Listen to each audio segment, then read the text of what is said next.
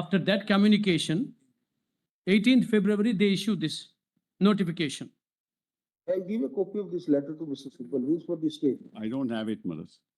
We have given, we have passed on. Mr. Sibbal, if this is the communication by the state is responding, Yes. despite our order of 9th February, on 17th you are saying that you are still. It's Group B officers, Malas. We have given Group B officers, No, Malas. no, where are the SDO level, because that is the requirement, last time also it was discussed. Where the officers of rank of subdivisional officers or SDMs Yes, given, if you have given in list 8,000, fine. yes, If they are there, it is fine. yes. If you are not, if you had given, then you would have written that you have already given. Yes, Why? yes. Please read this clause 3. Yes, Regarding appointment of SDO, SDM level officer as ERO yes, and returning officers, and in view of the proposal received from CO office, the state government is examining the matter of the list of eligible officers. yes.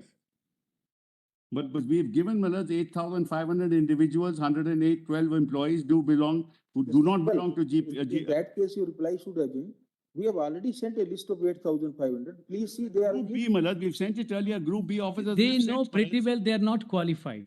Officers is not the qualification. For micro observers, yes, Malas. For micro observers. In West Bengal, SDM is a group A officer. No, it's for micro observers, Malas. Group B officers are allowed. They are not observers, please. They are asking for this officer as ERO. We are not concerned about micro observers. We are only concerned about the RU state is not obligation to provide the officers in the rank of ERO. Malas, you can answer that because I have the.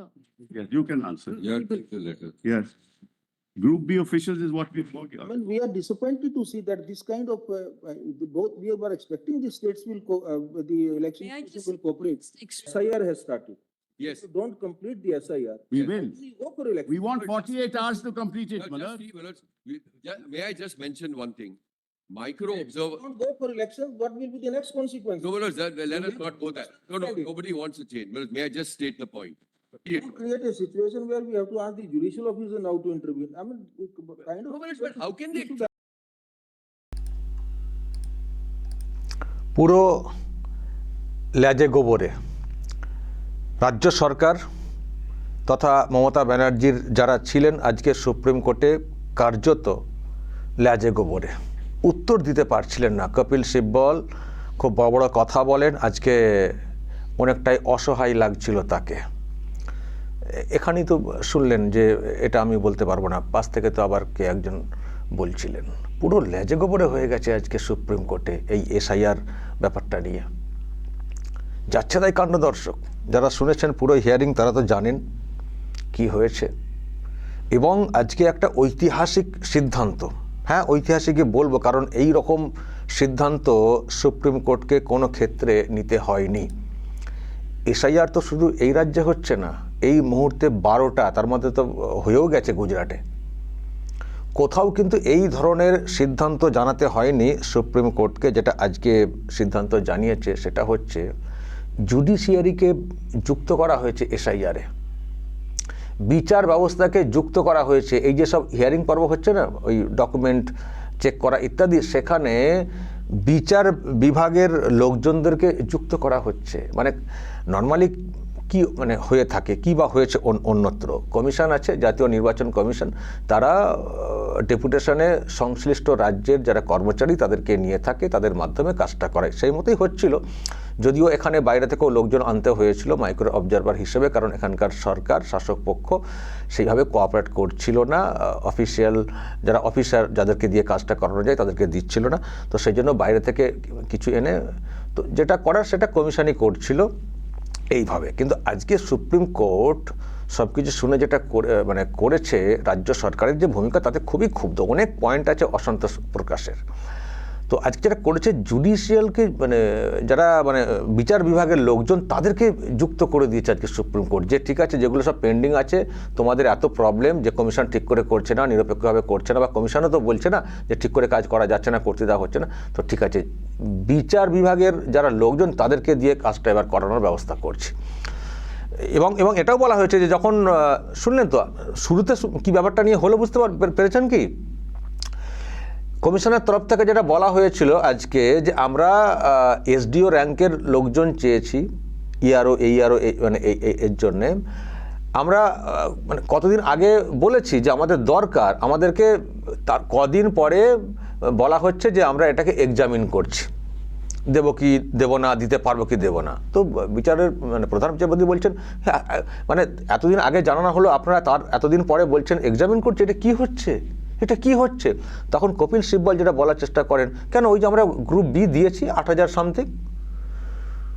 তখন বিচারপতি ধরেন, যেহেতু ওনাকে নোটটা দেওয়া হয়েছিল কমিশনের তরফ থেকে, যে গ্রুপ বি যেটা সেটা তো মাইক্রো অবজারভারের যে ব্যাপারটা, সেটা যেটা তো আপনাদের খুব আপত্তি যে কমিশনের বাইরে থেকে লোকজন এনে সব মাইক্রো অবজারভার করে দিয়েছে, সেটাতে আপনারা বলছেন যে আমাদের অফিসারদেরকে নিতে হবে, আমরা এই লিস্ট দিলাম, সেটা তো মাইক্রো অবজারভারের। কিন্তু আমরা তো এটা বলেছিলাম, সত্যি সুপ্রিম কোর্ট আগের দিনে বলেছিল যে কমিশন মনে করলে ইআরও এদেরকে সরাতে পারে, বদলাতে পারে, চেঞ্জ করতে পারে। তো সরাতে গেলে তার যোগ্য লোক লাগবে, তো সেই লোকটা তো চেয়েছিল কমিশন, এবং সেটা তো এসডিও র্যাঙ্কের একটা র্যাঙ্কের ব্যাপার আছে, তো গ্রুপ বি তো না, গ্রুপ এ লাগবে। তো এটা কি হচ্ছে? উনি বারবার লিস্ট এরকম করে ধরে ধরে বলছেন যে এটা কি হচ্ছে কপিল সিব্বল, মিস্টার সিব্বল, এটা কি? তো যে র্যাঙ্কের কথা বলা হচ্ছে, দেওয়ার কথা বলা হচ্ছে, এক্সামিন করে দেখছি, দেবো না, মানে তৎক্ষণাৎ কোনো সাড়া দেওয়া হচ্ছে না। ইআরও এই কাজটা যাদেরকে দিয়ে করানো হবে তাদের সেই যোগ্য অফিসার লাগবে না, সেটা না দিয়ে আপনি গ্রুপ বি শোনাচ্ছেন, গ্রুপ বি এর গল্প শোনাচ্ছেন। তো অনেকগুলো আজকে পয়েন্ট আছে, দর্শক প্রচণ্ড ক্ষুব্ধ, শেষ পর্যন্ত উত্তর দিতে পারলেন না কপিল সিব্বল, এবং মাঝখানে এটাও স্মরণ করালেন প্রধান বিচারপতি যে এসআইআর একটা প্রসেস, এটাকে কিন্তু স্টপ করা যাবে না, কিন্তু এসআইআর যদি ঠিক টাইমে না হয় তাহলে ভোটটা কী করে করাবেন, আর ভোটটা না হলে কি হবে জানেন? এই প্রশ্ন রাখা হয়েছে, যদিও কমিশন পরবর্তী সময় বলেও দিয়েছে যে যদি সময়ের মধ্যে ভোটটা না করানো যায় তখন কি মানে প্রভিশন আছে, সেটাও কমিশনের জানা আছে, শুনিয়েও দিয়েছে কমিশনের যিনি ছিলেন আইনজীবী। মানে যাচ্ছে তাই ব্যাপার, যাচ্ছে তাই হচ্ছে। তো আমি যেটা বলছিলাম, এই প্রথম আপনারা শুনলেন লাস্টে যে পয়েন্টটা উনি বললেন যে যা দেখতে পাচ্ছি, আমি তো খুব আপসেট যা দেখতে পাচ্ছি, এতে মনে হচ্ছে জুডিশিয়ারি লোকজনদেরকে নিতে হবে। তো সত্যিই কিন্তু সিদ্ধান্ত আজকে কমিশন এই সুপ্রিম কোর্ট জানিয়েছে। সুপ্রিম কোর্ট যেটা করেছে, কলকাতা হাইকোর্টের প্রধান বিচারপতিকে ডিরেকশন দিয়েছে যে আপনি একটা বৈঠক করুন আগামীকাল শনিবারের মধ্যে, যেখানে কমিশনের লোকজন থাকবেন, রাজ্য সরকারের লোকজন থাকবেন, মানে মুখ্য সচিব ওনারা থাকবেন, সবাই থেকে টিম গঠন করে একটা করে ঠিক করুন, এবং একটা ওই এই যে এক্সামিন করার যে বডি সেটাকে ঠিক করুন, তার মধ্যে জেলার যারা বিচারপতি আছেন তাদেরকে যুক্ত করতে পারেন, এবং যারা অবসর নিয়েছেন বিচারপতি বিচারক তাদেরকে যুক্ত করতে পারেন। এদেরকে নিয়ে পুরো জুডিশিয়ালি একটা পার্ট গঠন করে বাকি যে হিয়ারিং পর্ব রয়েছে, যেগুলো বাকি হিয়ারিং বলতে যেগুলো সব ওই চেকিংয়ের ব্যাপার আছে, এইগুলো যাতে এইগুলো নিষ্পত্তি করতে পারে, এই মতো একটা কিছু করুন, এইরকম একটা ডিরেকশন আজকে সুপ্রিম কোর্ট অর্ডার করেছে কলকাতা হাইকোর্টে। কলকাতা হাইকোর্টের প্রধান বিচারপতিকে দায়িত্ব দিয়ে দিয়েছে সুপ্রিম কোর্ট। তো এটাই আমি বলছি যে একটা ঐতিহাসিক বিষয়, যে কোথাও বিচার বিভাগের লোকজনদেরকে এই কাজটাতে যুক্ত হতে আমরা দেখিনি, যে কাজটা কমিশন খুব সহজেই করতে পারতো রাজ্য সরকারের কর্মচারীদেরকে নিয়ে। এই প্রথম একটি রাজ্যে এরকম একটা ঘটনা ঘটছে, এর আগে কখনো কোথাও ঘটেছে বলে আমার অন্তত জানা নেই। যে এসআইআর খুবই সামান্য একটা কাজ, কিন্তু সামান্য বলতে কাজটা গুরুত্বপূর্ণ, কিন্তু এটা করা যায় সহজেই করা যায়, যদি সদিচ্ছা থাকে সহজেই কিন্তু করা যায়। কিন্তু সেটাকে এমন একটা পর্যায়ে নিয়ে চলে গেল এখানকার শাসক কার্যত, যে সুপ্রিম কোর্টকে এই রকম একটা অর্ডার পাস করতে হচ্ছে যে জুডিশিয়ালি, মানে বিচারকরা যারা কোর্টে বিচার করেন তারা সব নানান মানে ব্যাপারে বিচার করেন, যেটা কোর্টে বিচার হয়। তো আজকে বিচারপতিদেরকে বিচার করতে হবে যে এই ডকুমেন্টটা ভ্যালিড কি ভ্যালিড না, এর নামটা রাখা যাবে কি যাবে না, যেটা নর্মাল সিস্টেমে কাজটা করা যায়, সেই কাজটা বিচারকদেরকে দিয়ে আজকে করতে হবে। তো তাতে করে বিচার ব্যবস্থাতে অনেকটা হ্যাম্পার হবে, যারা বিচারক আছেন, যারা বিচারের কাজ করেন, সেক্ষেত্রে তো অনেক হ্যাম্পার হবে। সেক্ষেত্রেও প্রশ্ন তৈরি হয়েছিল, তখন বলেছে ঠিক আছে বিচারের যে কাজটা যেখান থেকে ওনাদেরকে সরিয়ে কাজে লাগানো হবে, তো সেখানে সেই মামলাগুলোকে অন্যত্র সরাতে হবে, সেটাও সমস্যার। যাদের মানে দৈনন্দিন যে কাজকর্ম সেখানে ব্যাঘাত হবে তো না, এই কাজ মানে যেখানে মানে এনাদেরকে তো অন্য কাজে তো নিয়োগ করা হচ্ছে, ভোটের কাজে, তো সেখানে মানে ভাবুন ভোটের কাজে এসআইআর কাজে বিচারপতিদেরকে নিয়োগ করতে হচ্ছে। হাইরে কি চলছে রাজ্যে। আর নর্মাল যে মামলাগুলোকে সেগুলো এখন অন্য জায়গায় সরাতে হবে, যাদের মামলা তারা এখন দুর্ভোগের মধ্যে থাকবেন, কি আর করার আছে। ফলে দর্শক আজকে সুপ্রিম কোর্ট যেসব অবজারভেশন দিয়েছে, বক্তব্য রেখেছে, এবং পরিষ্কার বুঝতে পেরেছে যে এটাও বলেছে যে বাদ বলছেন, আপনাদের এখানে তো সবথেকে কম বাদ পড়েছে, এর থেকে তো বেশি বাদ অন্য রাজ্যে পড়েছে, তো কেন এসব করছেন? কেন সদিচ্ছা দেখাচ্ছেন না? কেন এসব করছেন? আর যত অভিযোগ কেন এখান থেকে আসছে, পশ্চিমবঙ্গ থেকে, একমাত্র রাজ্য? আর কোথাও এসআর হচ্ছে না?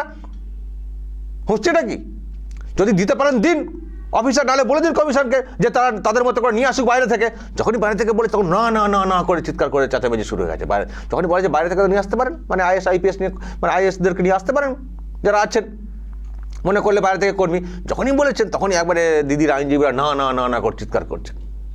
তো শেষ পর্যন্ত এখন এটা করা হয়েছে দর্শক। আর মাইক্রো অবজারভার যাদের বিরুদ্ধে খুব মানে ওই বাইরে থেকে যেগুলো আনা হয়েছে বা কেন্দ্রীয় সরকারের যারা কর্মচারী যাদেরকে নিয়োগ করেছে কমিশন, সেটা নিয়ে আজকেও আপত্তি করা হয়েছিল, কিন্তু সুপ্রিম কোর্ট কিন্তু এরকম কিছু বলেনি। বলেছে ঠিক আছে তারাও থাকবেন, আর আপনারা যে লিস্ট দিয়েছেন সেখান থেকে যারা এলিজেবল তাদেরকেও রাখবেন, ও আগেরগুলোকে বাদ দিতে হবে, এরকম কিছু চলবে না। আর টোটাল বড় টিম করে কাজ করতে হবে, দ্রুত নিষ্পত্তি করতে হবে। ফলে একটা পুরো সিস্টেম করে দেওয়া হয়েছে এবং টোটালটা কলকাতা হাইকোর্টের কার্যত অধীনে এখন চলবে এই ডকুমেন্ট চেকিং বা এইসবের কাজ।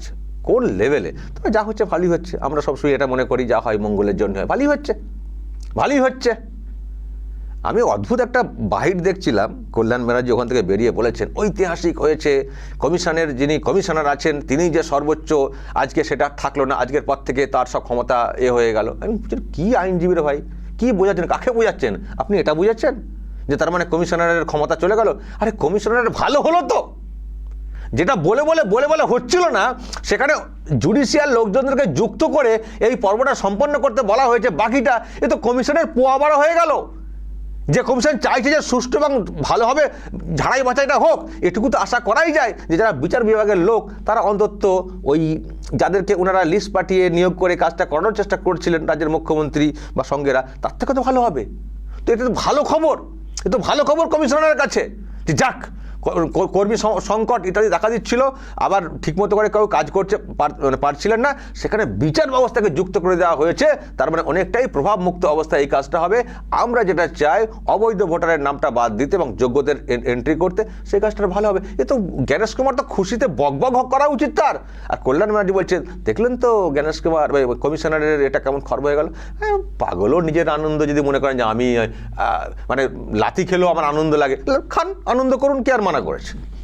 হেরেও যদি কার আনন্দ হয়, তুই বলে আমি খুব আনন্দে আছি, তাকে কি বোঝাবেন বলুন? তাকে কি বোঝাবেন? কল্যাণ বলছিলেন বাট কিন্তু চোখ মুখগুলো খুব একটা ভালো ছিল না, এটুকু বলতে পারি। উনি আবার ক্ষিপ্ত হয়ে যাচ্ছিলেন, যখন পাশ থেকে আরও প্রশ্ন আসছিল আমি দেখছিলাম মিডিয়াতে, উনি আবার ক্ষিপ্ত হয়ে যাচ্ছিলেন, মেজাজ হারিয়ে ফেলছিলেন। যদি এতই আনন্দের খবর, এত মেজাজ কেন হারিয়ে ফেলছেন? ফলে দর্শক যা হচ্ছে ভালো হচ্ছে, এসে আর পর্ব একেবারে লক হয়ে গেল, লক। বাধ্য হলেই না, স্টপ করার ওনারা খুব চেষ্টা করেছিলেন, স্টপের তো কোনো জায়গায় নাই, এবার লক হয়ে গেল, সম্পন্ন হবেই। সুপ্রিম কোর্ট একেবারে হাইকোর্টকে দায়িত্ব দিয়ে দিয়েছে বাকি যে কাজটা রয়েছে সেটাকে সম্পন্ন করার জন্য। ভালো হয়েছে।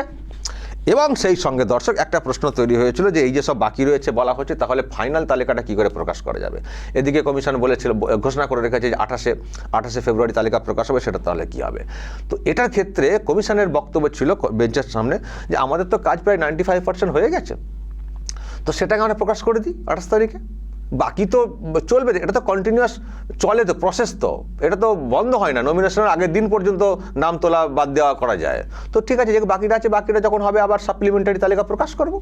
তখন মুখ্যমন্ত্রীর আইনজীবীরা বলে না না না না না এটা করা যাবে না, এটা করা যাবে না, এটা করলে রাজ্যে অশান্তি লেগে যাবে। অশান্তি লাগার কী আছে? এটা তো একটা প্রসেস, এটা আগেও হয়েছে। যখন তালিকা হবে তারপরে অনেকের নাম সংযোজন বিয়োজন হবে, সেটা প্রসেসের মধ্যে থাকবে, তো হোক না, হোক না। তো সুপ্রিম কোর্ট কিন্তু অ্যালাউ করে দিয়েছে। সুপ্রিম কোর্ট অ্যালাউ করে দিয়ে কমিশনকে বলেছে হ্যাঁ পাস মানে তালিকা প্রকাশ করা যায়, 28 তারিখে তালিকা প্রকাশ হবে। বাকিটা যারা এক্সামিন যে পর্ব করে দেওয়া হয়েছে, বডি গঠন করে দেওয়া হচ্ছে জুডিশিয়ালি লোকজনদেরকে দিয়ে, তো বাকিটা হবে চেক করে আবার তালিকা সাপ্লিমেন্টারি তালিকা প্রকাশ পাবে, অতিরিক্ত তালিকা প্রকাশ পাবে, সমস্যা কোথায়? তো সুপ্রিম কোর্ট কিন্তু এটাকে অ্যালাউ করেছে। তার মানে 28 তারিখে যতটা তৈরি করতে পারবে নির্বাচন কমিশন, সেই তালিকা প্রকাশ্যে আসবে। তারপর কি হবে কে জানে, যে তালিকাতে অনেকের নাম হয়তো আসবে না, তাদেরকে কি করে সামলাবে এখন শাসক সেটা বুঝতে হবে। খুব তো উস্কেছ, আর বেশি পাকামো করতে পারবে না, বেশি পাকামো না, কারণ জুডিশিয়াল লোকজনদেরকে দিয়ে হিয়ারিং করতে বলেছে। আর এটা বলা যাবে না যে ইচ্ছা করে বাদ দিয়ে দিয়েছে, ইচ্ছা করে বাদ। এবং সুপ্রিম কোর্ট এটাও বলেছে যে সিদ্ধান্ত এই জুডিশিয়াল বিভাগ বা হাইকোর্টের মাধ্যমে যেটা করা হবে, সেটাই সুপ্রিম কোর্টের সিদ্ধান্ত হিসেবে ধরা হবে। কলকাতা হাইকোর্টকে মিটিং করে এসব করতে বলা হয়েছে তো প্রধান বিচারপতিকে বলা হয়েছে যে সিদ্ধান্ত হবে সেটা সুপ্রিম কোর্টের সিদ্ধান্ত হিসেবে মান্যতা পাবে। ফলে আর বেশি পাকাপা করা যাবে না, আর বেশি জ্ঞানেশ কুমার করে চিৎকার করলে কিন্তু হবে না। বাকি পার্ট যেটা রয়েছে, এত যেটা বক্তব্য আপনাদের, সেটা জুডিশিয়ালের লোকজনদেরকে দিয়ে, জুডিশিয়ারি সব যারা দায়িত্বে থাকেন সেই সব লোকজনদেরকে দিয়ে কিন্তু এই কাজটা সম্পন্ন করা হবে। ফলে সব মাঠে মারা গেল। একটা ভেবেছিলেন যে এইসব বলে একটা পলিটিক্যাল ন্যারেটিভ তৈরি করে ভোটের পর্বে আমরা খুব প্রচার করব, মানুষের কাছে আরও বার্তা দেবো বা উস্কাবো কমিশনের বিরুদ্ধে, এবং সেই সঙ্গে বিজেপি যোগ বলে বলবো, সেটাও গেল। এবার বললে তো সুপ্রিম কোর্টের বিরুদ্ধে ব্যাপারটা চলে যাবে, পুরো সুপ্রিম কোর্টের বিরুদ্ধে, কারণ সুপ্রিম কোর্ট বডি গঠন করে দিচ্ছে। সব গেল দিদি, সব গেল। চেষ্টা করেছিলেন এসআইআরটাকে ভণ্ডুল করে দেওয়ার, হলো না, গলিয়ে দেওয়ার হলো না, তারপরে পিছিয়ে দিয়ে ভোটটা আগের লিস্টে করিয়ে দেওয়ার, সেটা হলো না, আবার মাইক্রো অবজারভারদেরকে সরিয়ে দেওয়া, সেটাও হলো না, পার্টলি তালিকা প্রকাশ না করে একসঙ্গে প্রকাশ করতে হবে আর্জি করলেন, সেটাও হলো না, কিছুই হলো না। আপনি গেলেন কত, এখান থেকে গিয়ে দৌড়ঝাঁপ করলেন, আপনার লোকেরা কত প্রচার করছেন, আপনি নাকি জয় ছিনিয়ে এনেছেন। এ তো পরাজয়ের পর পরাজয়, এ তো গোহারা কেস দিদি, কি করবেন, সর্বনাশ। তবে এসআইআর কিন্তু আমি বলবো আবারও যেন কত একটা অক্সিজেন জোগাতে শুরু করেছে রাজ্যে। কিন্তু এসআইআর যেটা ভেবেছিলাম, যেটা নিচের দিকে যাচ্ছিল, এখন কিন্তু অনেকটাই ভালোর দিকে এগোচ্ছে, সেটা বুঝতে পারছি। যত ভালোর দিকে এগোবে এসআইআর, ততই কপালে চিন্তার ভাঁজ পড়বে দিদির, এটা তো পরিষ্কার, তাই না? দর্শক বলবেন যা বলার এবং নজর রাখবেন আরামবাগ টিভিতে।